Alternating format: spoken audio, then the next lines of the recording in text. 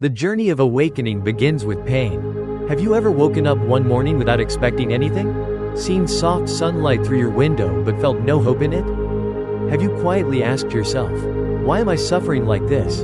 And unconsciously started blaming people who hurt you, life for being unfair, or even yourself for being too fragile. Blame seems like a natural reaction, yet if you stop and observe closely, it's like a small scratch that you keep picking at until it becomes a wound. First comes disappointment, then frustration, then anger, resentment, and finally, an invisible burden suffocating your peace. We hold on to blame because we feel powerless, unheard, believing, if that person or situation were different, I wouldn't hurt this way. But blame is never a path to peace.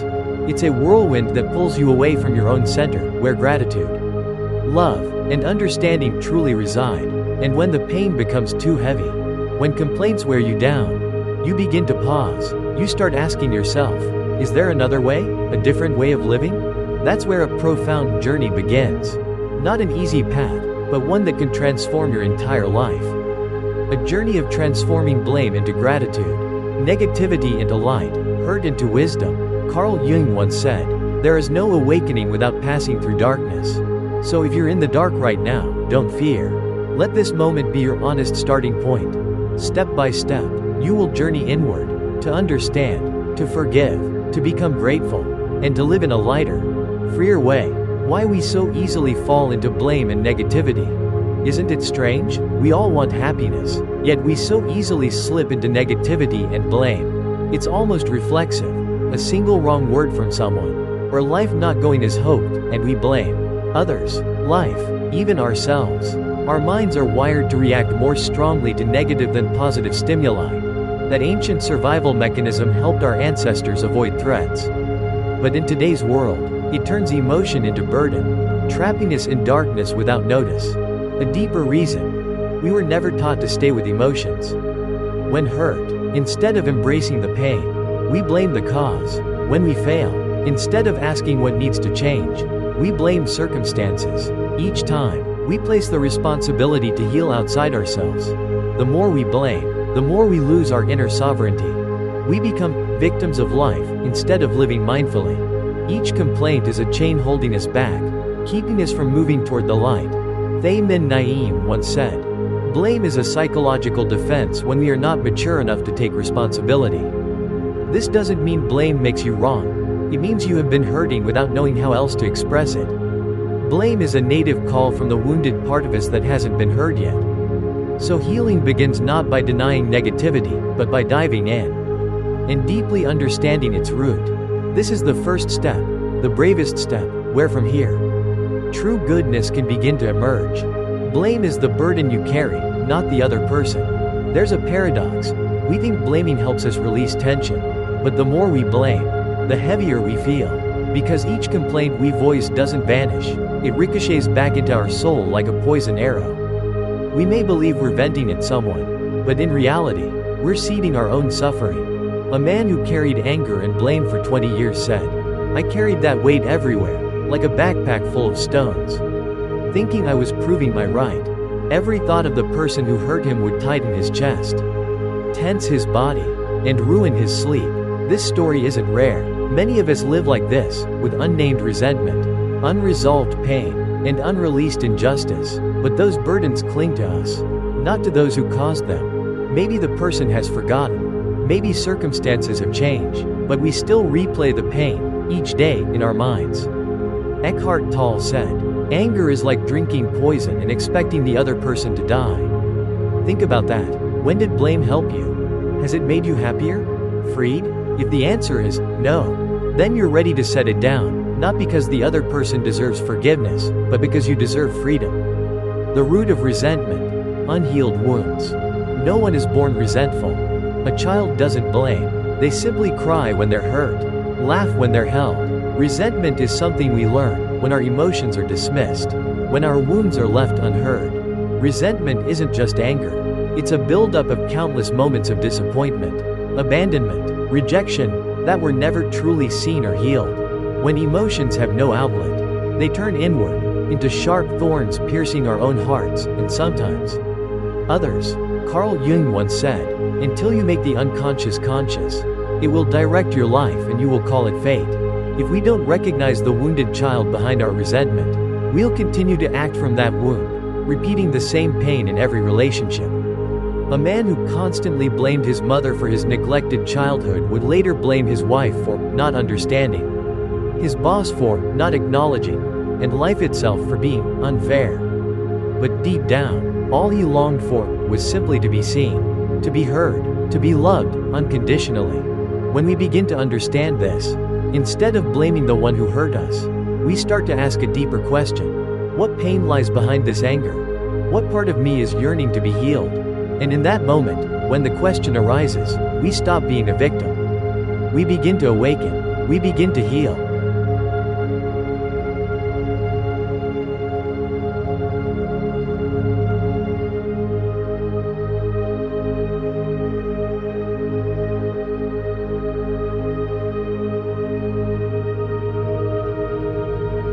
Why the more we blame, the more drained and powerless we feel. It's strange, isn't it? We blame to release our pain, but the more we do, the more exhausted we become. Why? Because every time we resent, our mind is pulled back into the past. Every time we blame, our energy is poured into something we cannot change.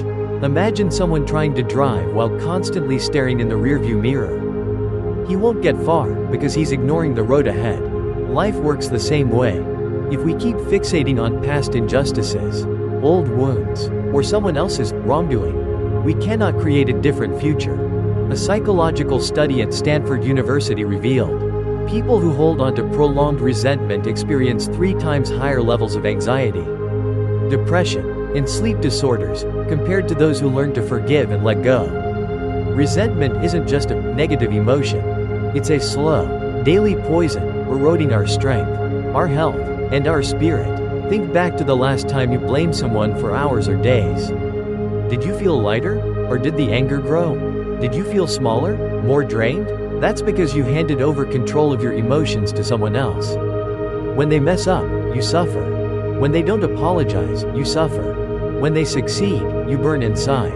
And when they forget about you, you're still there, stuck in a pain you don't know how to leave. The truth is, we can't control others, but we can always choose how we respond.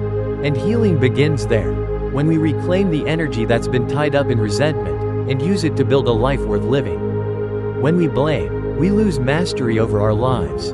Blaming is a very human reflex. When things fall apart, relationships, plans, dreams, we tend to look outward for the cause, that person, that situation, this world, and so we blame. But the cost of blaming isn't just negativity.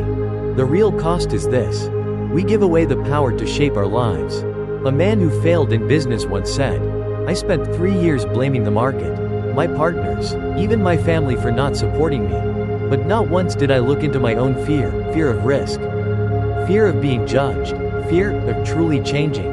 Only when he stopped blaming and started looking inward, did he finally begin to climb out of the pit he was stuck in. Carl Jung said, "Everything that irritates us about others can lead us to an understanding of ourselves." Each time we blame, we are actually avoiding responsibility. We want someone else to carry our emotions. But life doesn't work that way. Our feelings are ours, and only we can heal them. The moment we stop blaming, something beautiful begins. We take back control. We stop being a victim. We become creators. And instead of asking, "Why did they do this to me?" we begin to ask, "What is this trying to teach me?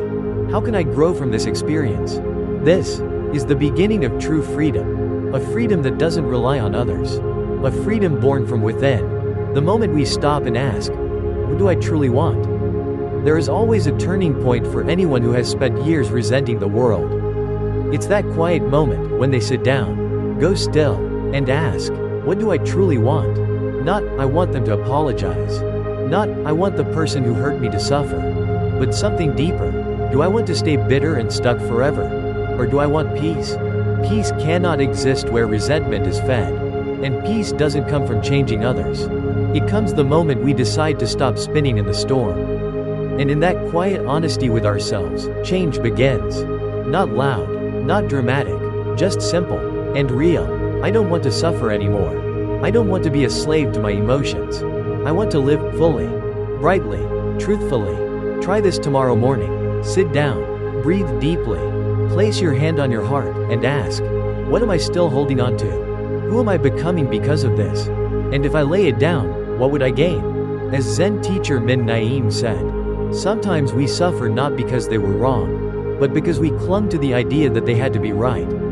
The moment we release expectations, the moment we stop waiting for others to make it right, that's the moment we step out of the victim role, and we enter a new land, the land of maturity, of inner power, of those who create their lives with clarity, compassion, and deep gratitude. And sometimes, that one quiet question can become the turning point of your entire life.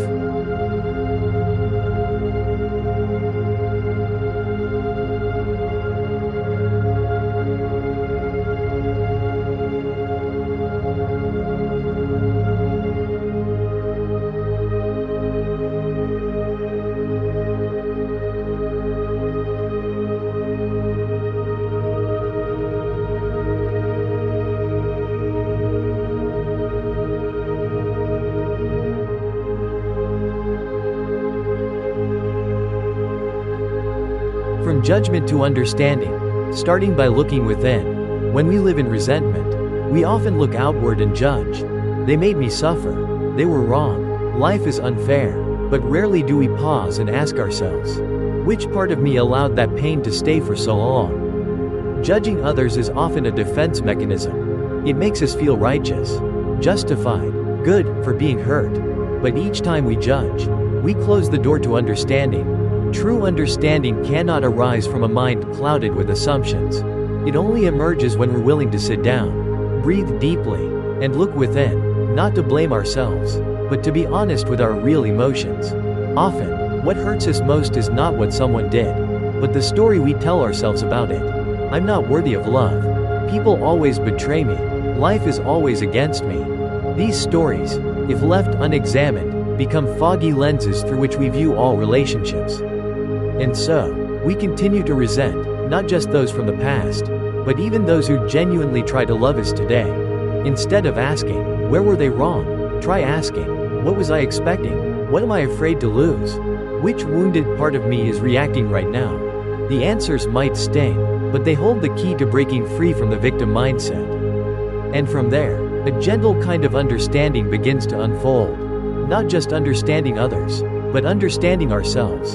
And once we know ourselves deeply enough, we no longer need to resent anyone. The practice of listening to unacknowledged pain that is not listened to, does not disappear. It simply shape-shifts into anger, apathy, escape, suspicion, blame. Sadly, many of us were never taught how to listen to our own pain.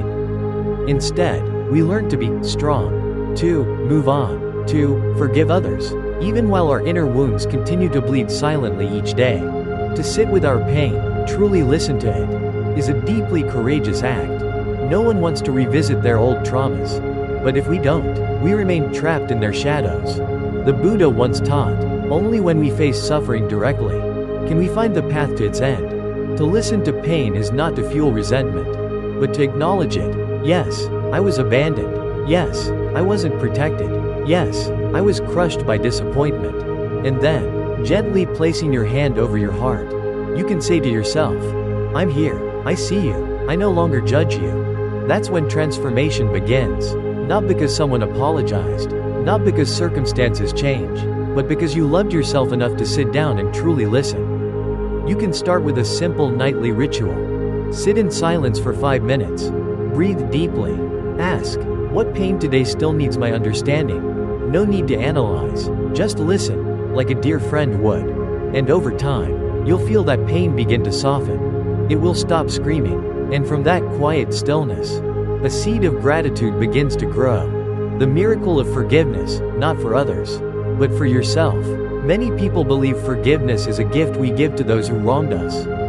But in truth, forgiveness is never about them. It is the gift we give ourselves to walk out of the prison of suffering. When we hold resentment too long, we don't realize we're locking ourselves inside the same story.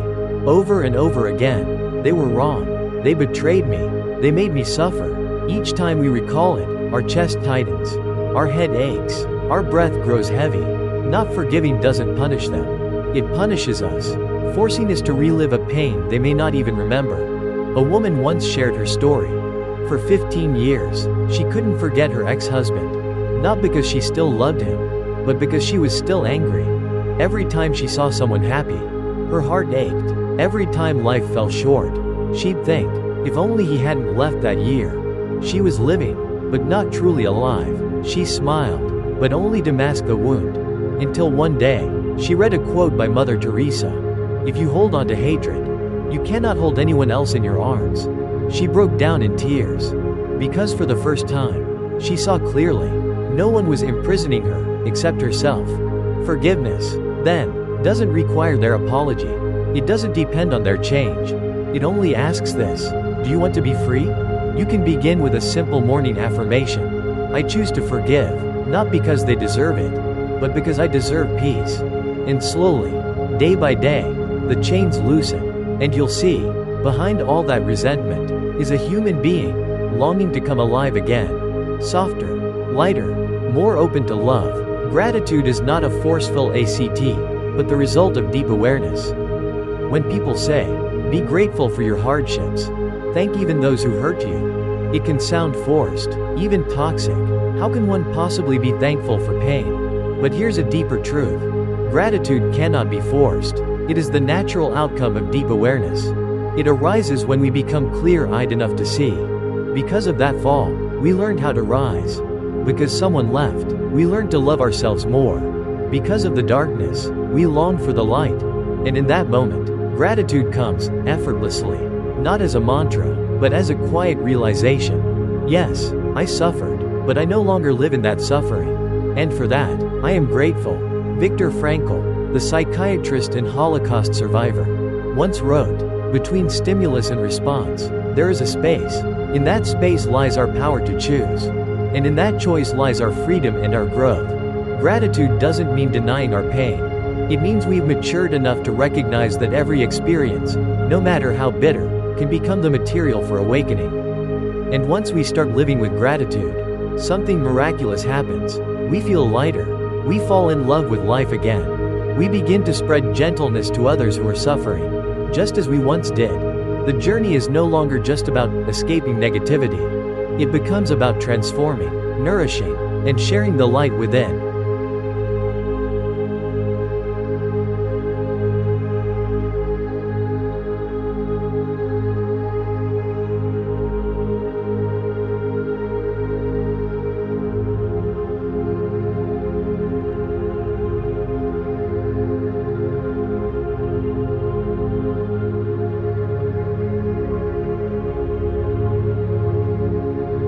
Living from the energy of gratitude, you heal yourself and others. When gratitude becomes your way of being, it's no longer just a positive thinking technique. It becomes a presence that flows through every gesture, every glance, every word, and miraculously, that energy doesn't just heal you. It radiates to everyone around you. Think about the last time you met someone truly calm, someone who listened deeply, responded gently, and never overreacted. Being around them, you likely found yourself softening too. You spoke more kindly. You felt more patient. That's because calm energy is contagious. And so is gratitude. It's like a quiet flame, not blazing loudly, but silently warming every space it touches. A woman who once chose to let go of resentment began keeping a gratitude journal each night. After just 3 months, she found herself no longer snapping at her children over trivial things. She began writing letters of appreciation to her parents, the very ones who had once deeply hurt her. And surprisingly, her family began to feel warmer, gentler. She didn't lecture anyone, she simply changed, and that alone touched everything around her. The Dalai Lama once said, "Compassion is not a religious luxury. It is a necessity for human survival." When you live with gratitude, you naturally become more compassionate. You judge less. You no longer want to hurt others, because you know what it's like to hurt, and what it means to be healed. You become a light bearer, not through grand speeches, not by trying to change the world, but simply by living with the energy of gratitude. You begin to change the world around you. Every day can be a chance to spread goodness.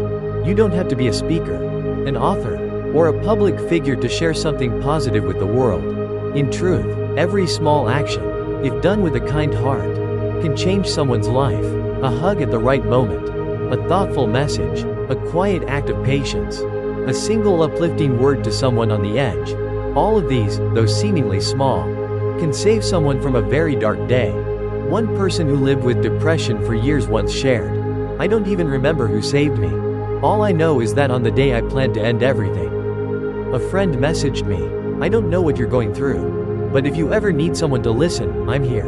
I sat down and cried like a child. And I chose to live. Just because of that one sentence. We never truly know the impact we have on this world.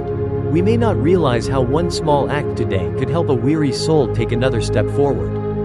But if we live with gratitude, mindfulness, and a heart ready to give, then each day becomes a seed of goodness sown into this earth. And maybe, we'll never know who was saved because of us. But our heart will know that we are living rightly. Not just surviving, but genuinely spreading goodness into the world. When you shift your energy, you shift your destiny. People often think fate is fixed. But in truth, it is the energy you carry each day that shapes your destiny. A person who lives in blame will always see betrayal, injustice, and negativity wherever they go. But a person who lives in gratitude can still see light, opportunity, and beauty even in imperfect circumstances. Same world, different energy, different fate. Albert Einstein once said, "There are two ways to live. One is as though nothing is a miracle. The other is as though everything is."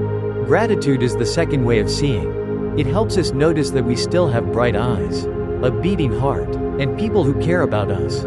It makes us feel wealthy, without adding a single coin.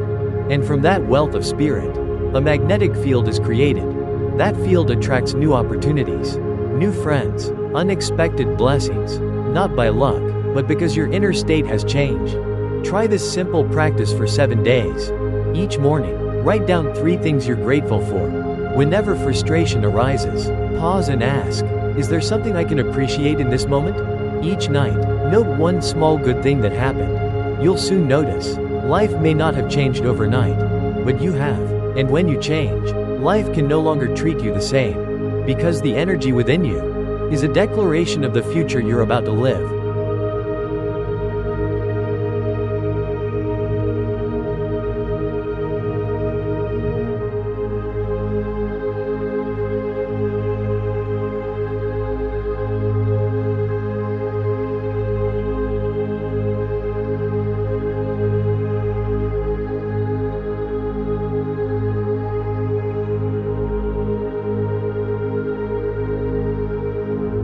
A grateful person carries a quiet power.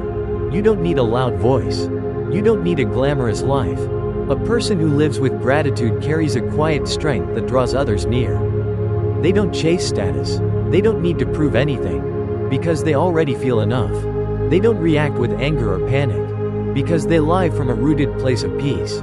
Thich Nhat Hanh once said, "When you touch the present moment deeply with gratitude, you are touching the most sacred part of life."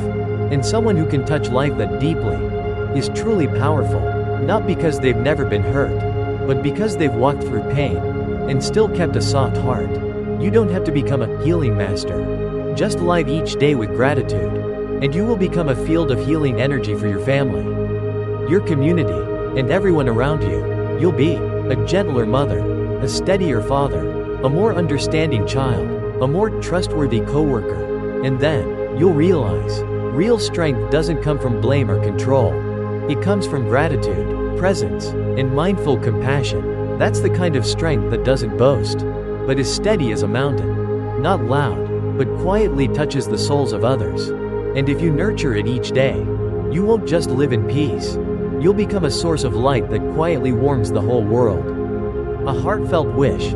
You deserve to be loved, and to be free from resentment.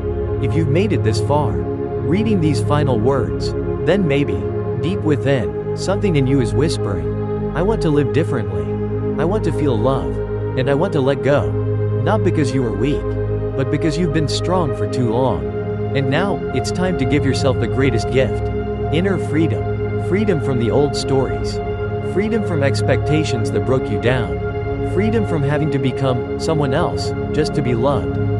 We've all been hurt, but those wounds don't define you. You are not the pain someone caused. You are a spark of light, still trying to shine in a world full of storms. And every time you choose forgiveness over resentment, empathy over bitterness, gratitude over complaint, you're not just healing yourself. You're helping to heal a world that desperately needs more love. You can start over, right now. No need to wait for an apology. No need for the world to change. Just take a deep breath and say to yourself, I choose to let go. I choose to love. I choose gratitude. Because you deserve that. Because your heart, though once broken, is still wide enough to love again. And because you are not alone. We're here, sending you a silent hug, a wish for peace, and a warm invitation. Share the story you carry inside. Because who knows? Your light might just be the guide someone else is waiting for in their darkest night. If this video touches you, subscribe to this channel, not just as a gesture of support, but as a shared journey of spreading light and healing to the world. And if you're carrying any pain, please leave a comment. We will read it, we will listen, and perhaps, among thousands of hearts seeking peace and awakening, you'll find a gentle place to rest. Because light always begins from a very small spark, and that spark is you.